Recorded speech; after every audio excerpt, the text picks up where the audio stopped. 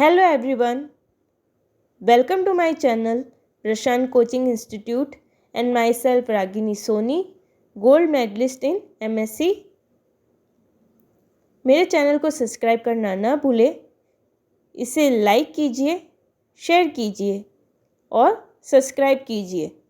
तो आज की इस वीडियो में हम पढ़ने वाले हैं कि तारे क्यों टिमटिमाते हैं और ग्रह क्यों नहीं टिमटिमाते। हम इन दोनों के बीच में डिफरेंस जानेंगे।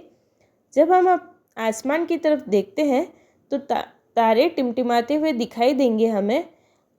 इन टिमटिमाते हुए तारों को देखकर हम उनके एक्चुअल पोजीशन का पता नहीं लगा सकते, यानी ये हमें कभी इस तरफ और कभी उस तरफ टिमटिमाते हुए नज़र आते हैं। जिसका रीज़न क्या होता है?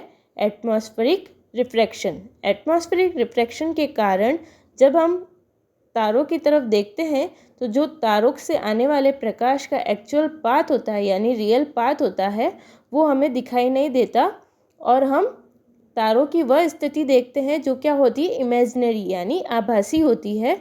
ऐसा क्यों होता है वो हम जानेंगे।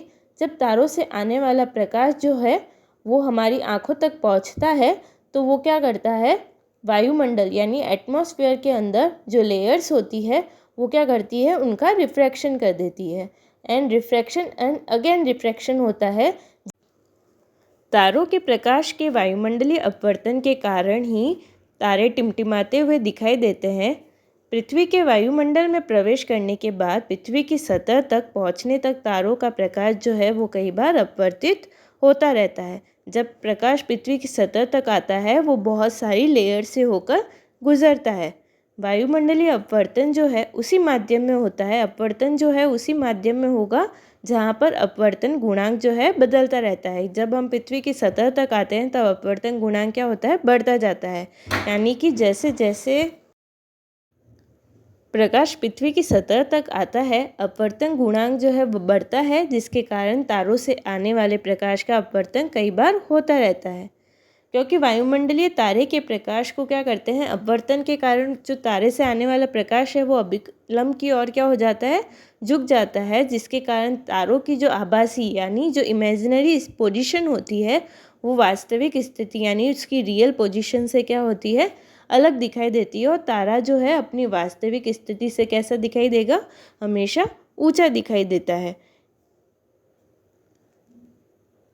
वास्तव में तारे जो होते हैं वो हमसे कैसे होते हैं? बहुत दूर होते हैं, जिसके कारण उसे कैसे मान सकते हैं? हम बिंदु स्रोत के रूप में मान सकते हैं, यानी एक पॉइंट सोर्स के रूप में, जिसके कारण उससे आने वाला प्रकाश जो है उसका पथ विचलित होता रहता है और उसकी आभासी स्थिति जो है वो बदलती रहती है। जिसके कारण कभी कोई तारा चमकीला दिखाई देगा और कभी कोई तारा हमें धुंधला दिखाई देता है। यही तारों का क्या कहलाता है? टिमटिमाना कहलाता है। लेकिन जो ब्रह्मांड के अंदर ग्रह उपस्थित होते हैं वो कभी भी टिमटिमाते हुए नज़र नहीं आते, यानी वो अपनी पोजीशन में ही रहते हैं। ऐसा क्यों होता है? इसके पीछे का कारण जानेंगे हम।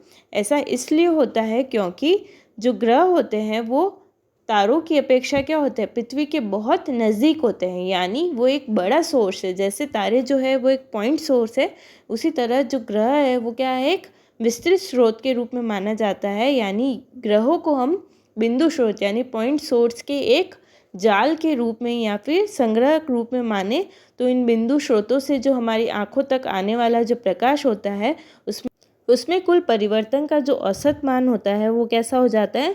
शून्य हो जाएगा, जिसके कारण जो टिमटिमाने का प्रभाव होता है वो कैसा हो जाएगा? असफल हो जाएगा। यानी जो बिंदु स्रोत हैं, जो ग्रह को हम क्या मान रहे हैं? बिंदु सोर्स का एक संग्रह मान रहे हैं, उनसे जो प्रकाश आएगा उसका जो कुल अपवर्तन होगा वो क्या हो जाएगा? शून्य हो जाएगा और हमें ग्रह टिमटिमाता हुआ नज़र नहीं आएगा। आई होप आपको ये टॉपिक समझ में आ गया होगा। And thank you all and please subscribe my channel and thank you for watching.